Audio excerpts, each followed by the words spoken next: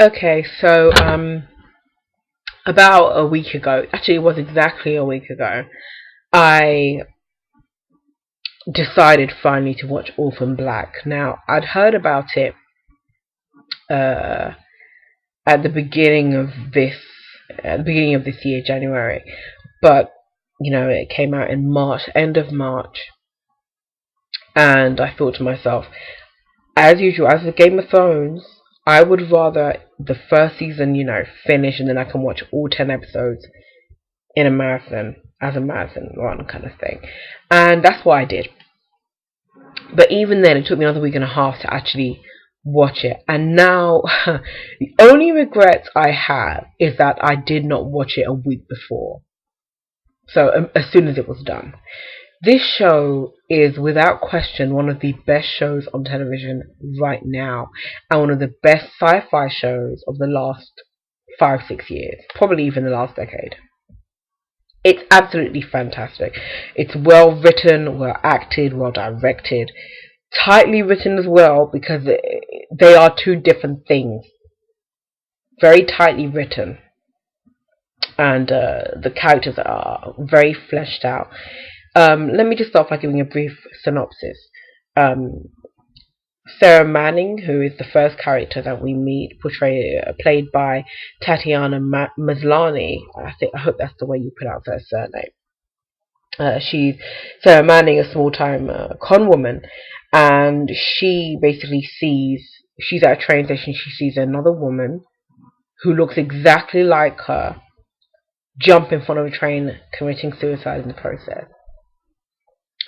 She takes off with her keys and her bag and heads over to her apartment, where she discovers that the woman has 75 grand, and she basically plans to take over her life for the short term, take the money and run off with her foster brother Felix, played by Jordan Gavaris, and her daughter Kira. During the first episode, she then learns that there's another woman who sits right behind her in a car at this fake funeral of hers. It's a long story why there's a fake funeral, but basically she holds a fake funeral for Sarah Manning, pretending that she's the one that committed suicide, and she meets two other people who look exactly like her. Now, in that episode, we find out that people are trying to kill these young women off. Young women who, for whatever reason, look exactly like her. Now, please note, after that brief synopsis, there may be spoilers to come. So if you don't mind about hearing spoilers, and I won't give anything huge away, but if you don't mind hearing about some spoilers, some small spoilers, then you can continue listening. But if not, this is your watershed. Please click thumbs up, then click X. Oh, and don't forget to subscribe. I should probably say that too, shouldn't I? So yes, don't forget to subscribe, click the thumbs up, and keep it moving. So I'll give you like a little brief pause here to do just that. Okay. So for those of us that are still here, still with me, that's the basic synopsis. I'm not going to go into any greater details than that, but I will say this. This is nothing you can't discover just by typing it in. It turns out that these young women are clones. There are a number of clones at this time. We know, by the end of the season, we know of 10. Some have passed away, obviously, because they have been killed. I'm not going to reveal by who, but they have suffered, come to a sad end. Now, that's just it. Let me just comment quickly on the writing and the characters. One of my favorite characters is Felix Dawkins, Sarah's foster brother and like her best friend. He's played by Jordan Gavaris, who is a Canadian national, Canadian citizen, Canadian born. He does a fantastic Cockney accent, really good one. Or good enough one that you can't tell that he's not British, because even I thought he was British. And as you will know, tell from my tone, I'm London born and bred. He does a good enough one that you could believe that even if he isn't Cockney by birth, some of you will know what that means. He's still from Britain, and he's just portraying that accent the same way Billy Piper faked that Cockney accent for Doctor Who. But he's a great actor. I really like the fact that Felix Dawkins, even though some people might argue that he's a stereotypical portrayal of a gay character, of a gay man, I argue that there are some gay men that bear similar characteristics to Felix Dawkins. And I also appreciate the fact that, unlike in Sex and the City, he isn't just there to be an accessory on Sarah's arm. He has his own life, he has his own apartment, he has romantic interests, he has a life outside of that which concerns Sarah Manning. And in fact, she ends up going to him a lot for help, and he ends up being a major part of her life. He isn't just there as a thing to kind of bounce ideas off of. He's there as an integral part of her life and her identity. And the fact that she's planning to run off with him and her daughter Kira, both of them, because I was actually expecting her just to say I'm running off with Kira, but she said I'm running off with both of you. It really bears testament to how important he is as a character, and the fact that he is essentially a foil for her character. So I really like that about him. And Jordan is fantastic in the role, fantastic actor, but someone who steals every scene she's in, Tatiana Maslany. Fantastic actress. I cannot believe that I had not heard of her before last week, Wednesday, sorry. She's incredible. She is truly incredible.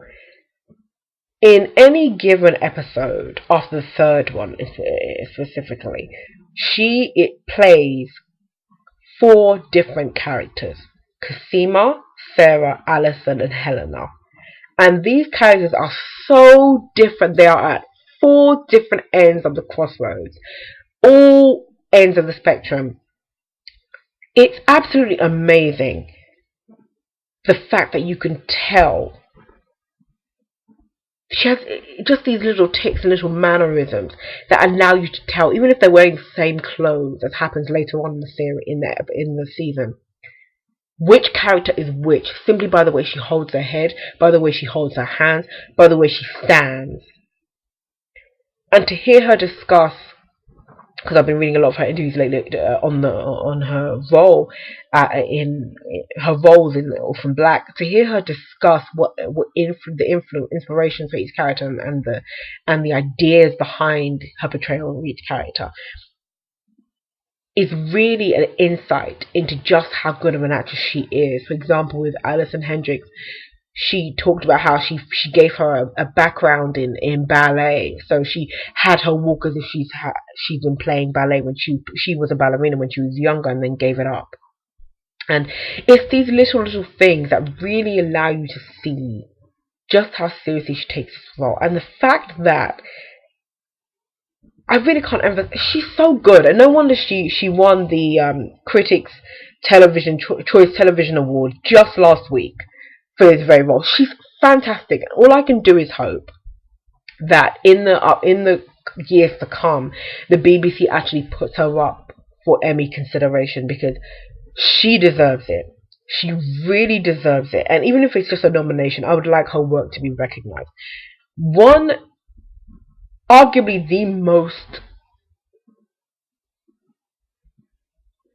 the best instance of her skill as an actress is when she plays Alison, who then goes on to pretend that she's Sarah. So she's playing Alison playing Sarah, and you can tell it's Alison trying to be Sarah.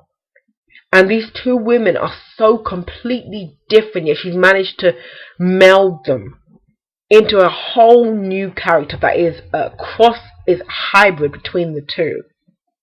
And it's a privilege to see her act. And as many of you will know, I don't just throw around these words any old how. I don't just throw around my praise any old how. I truly mean it. This woman is a revelation, and I cannot believe I did not know about her before last week, really. And other than seeing her in trailers and things, I didn't really know about her before last week, and that is a slight against my character, and definitely not against her, because she's fantastic. And I think her and Dylan Bruce have great chemistry, romantic chemistry. You know, Paul is best boyfriend, who she ends up, sleeping with in the first episode. So this again isn't a spoiler. And I like her chemistry with Kevin Hanchard, who's her partner, Arthur. As well as, and you know what else I like? I like Michael Mando and Jordan Gavaris' chemistry. Vic is Tatiana's ex-boyfriend, and he has several very funny scenes with Felix in the first episode, as well as the episodes that follow it. It truly is a great show. Helena, can we just get into Helena for 1 minute? Helena is as far from Allison as you can get. And when you see them on screen, I don't think they ever share a scene together, but when you see them in one scene and then you see Allison in the scene after Helena's, the difference in the two is astounding. It's a testament to Tatiana's skill, as is my disbelief that she's playing sometimes Alison and Sarah in one scene. So sometimes you'll see them literally sitting next to each other, and I cannot believe that it's the same actress because the characters seem so different. Someone else who has managed to carry this off very well is Nina Dobrev, who is now renowned for her role as Elena Gilbert and her role as Katerina Petrova, Queen Cat, in The Vampire Diaries. That's the only one who could even come close to what she's doing right now recently. But seriously, Orphan Black, fantastic show. And you know what? It's a testament to Manson and to Graham Manson and John Fawcett, who created the show. It's very evident to me that they did in fact spend years planning the show and tightening the show, because the way they have fleshed out these characters and given these characters a backstory is really what carries it for me, because this show is indeed character driven. Yes, there is a great plot, and yes, there is good writing and all the rest of that, and there's tension, really tense scenes, very tense scenes, very well written scenes. But the way they have fleshed out the characters, like Felix, who didn't even need to be fleshed out, arguably, if we're looking at the Sex and the City example, if we're going by that example, or characters like Vic, we didn't need to flesh him out. And the fact that I didn't get sick of his character after seeing him the first couple of episodes is a testament to their writing, it's a testament to their skill as creators, a testament to how seriously they have taken this. And I am truly happy that they took as long, because you can very easily tell they took this long over it. There are barely any extraneous scenes, any scenes that surface the requirements. Orphan Black truly is one of the best shows on television right now, and one of the best of the last 5 years. And if you aren't watching it, there's something very wrong with you, or you need to get into it now. So even if sci-fi isn't your thing, even if you think you're not going to enjoy it, watch it. Just trust me, I've never led you guys wrong as of yet. So the second season comes out next year. I can't even wait. And already I'm thinking, can I even wait that long? There's almost another year to go until we get another season. March 2014, I think. But anyway, so again, a great show. Great show. Get into it immediately. And, hit me up on Twitter. Follow me on Twitter. THA_PHOENIX.